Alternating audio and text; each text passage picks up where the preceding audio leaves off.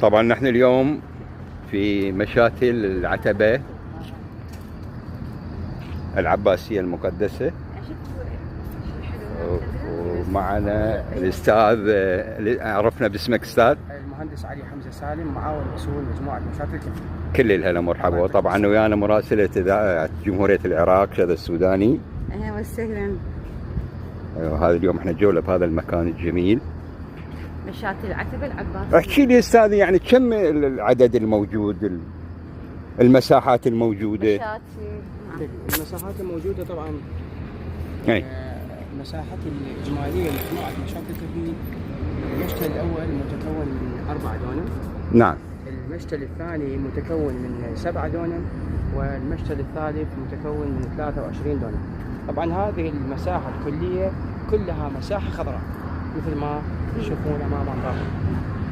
المشتل الأول يحتوي على أماكن خاصة للترفيه، يعني أماكن استراحة للعوائل، بل بالعوائل بصورة مجانية، دخول العوائل. نعم. بصورة مجانية. أيضا توجد ألعاب مجانية، وألعاب بمبالغ رمزية جدا بسيطة. نعم. وأيضا يحتوي على قاعة أسماك. نعم. موجودة. ويحتوي على أماكن خاصة للحيوانات والطيور اللي هي بهاي الجهة. أحسنت، بهاي الجهة.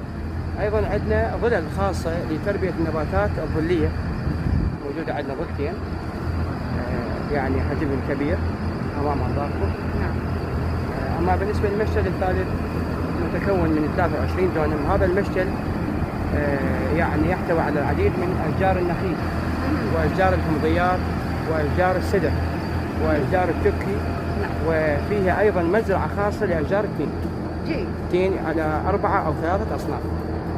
تنزلون من الأسواق أستاذ؟ نعم. تين؟ نعم. النبض؟ النبض ننزل من عند الأسواق. تمر. نعم. والتين أيضا. نعم. ومبالغ يعني جدا بسيطة دائما للأسواق الكربلائية. نعم. جيد. يعني مثل ما تلاحظون وتشاهدون جميع هذه النباتات نباتات مستوردة سابقا، ولكن الآن مجموعة مشاتل الكفيل بكوادرها قادرة على إكثار هذه النباتات.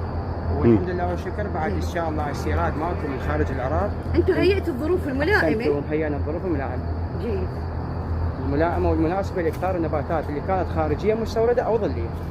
طبعا وتوفر فرص عمل للشباب الموجودين الآن. توفر فرص عمل للشباب جميعا. هذه كلها أشجار كانت يعني نباتات. أغلب النباتات مستوردة. نعم.